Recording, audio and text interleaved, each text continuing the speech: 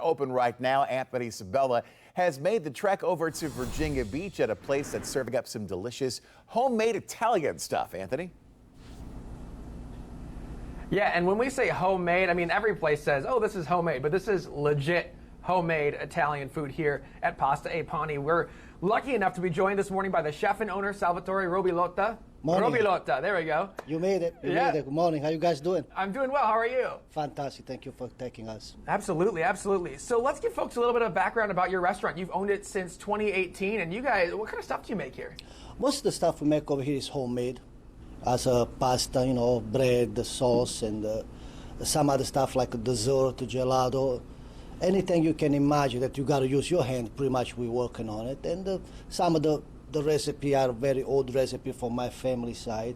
Some other recipe we just are evolving with the way the kitchen, if you want to call it like that, is going to. You know, through the years, people facing different diets, and we try to keep up with them, and we try to satisfy a customer with the light food, with the no something used to be 30 or 40 years ago. Now, the cooking way is evolving. Yeah. You know, and we got to get on with the program if we want to still be in business, especially the way it's going around now. But yes.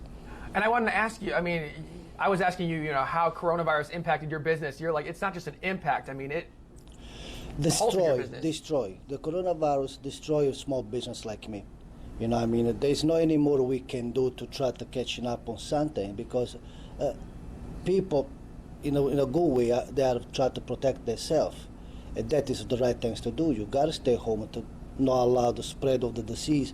But at the same time, we are not having any help for the above people to try to figure out what we can do. We should be closed for so long. We should be open. I mean, there's not too much we can do to be afloat. You know what I'm saying? Because that's the way it is. So we want folks, I know we've been talking about this, but phase 3 is tomorrow. We want as many people to come out here as possible. When are you guys open?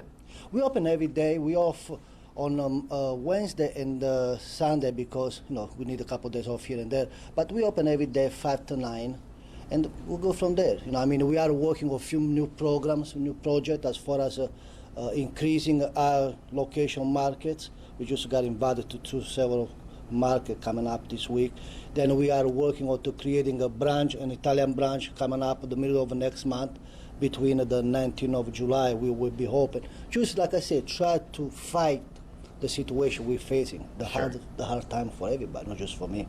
Well, Sal, I appreciate you talking with me this morning. And I know we're not done with you yet. We're going to come back in about an hour or so and talk more to Salvatore Robilotta. I'm trying to say, I want my grandparents and great-grandparents up there in heaven to be proud of me. trying my best. But I know we're going to talk more about the markets that you've been doing and show you some of the products that he's selling there and talk a little bit more about his background as well. It's really fascinating. We're going to send it back to you guys live from Virginia Beach. Pasta e Pani.